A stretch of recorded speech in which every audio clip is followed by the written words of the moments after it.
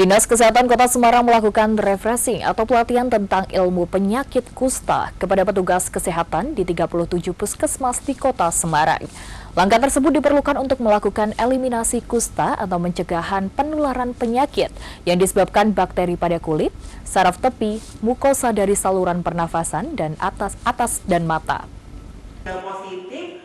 Pelatihan eliminasi kusta dilakukan oleh Dr. Reni Yuniati dari Fakultas Kedokteran Universitas Diponegoro Semarang di kantor Dinas Kesehatan Kota Semarang Rabu siang.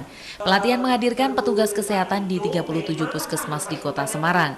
Lebih jauh, Dr. Reni menyampaikan bahwa penyakit kusta dapat disembuhkan.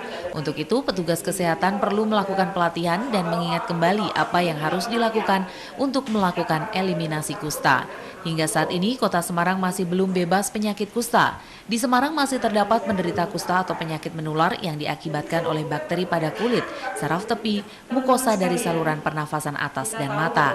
Selain itu, pasien kusta juga dapat terjangkit dari genetik, sistem kekebalan, dan lingkungan. Kebijakan ini adalah Dinas Kesehatan yang mengampu 37 puskesmas di Semarang, di mana di Semarang ini masih terdapat penderita kusta dan belum bebas. Kalau kamu siang kan sudah.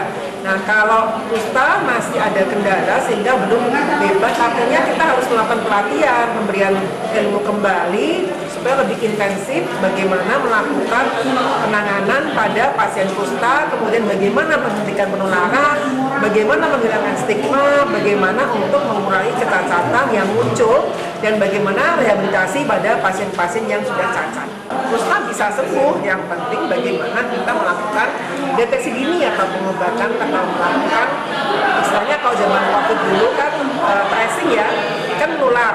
Jadi kalau kita melakukan tracing, deteksi dini lebih intensif, itu akan juga mencegah penularan lebih berlanjut atau lebih panjang, sehingga akan memangkas bakteri itu supaya tidak kemana-mana. Sampai saat ini Indonesia belum menjadi target WHO dalam pengurangan jumlah penderita penyakit kusta. Dari data WHO, Indonesia masih menempati peringkat ketiga dunia jumlah penderita kusta, yaitu sebanyak 10.976 orang.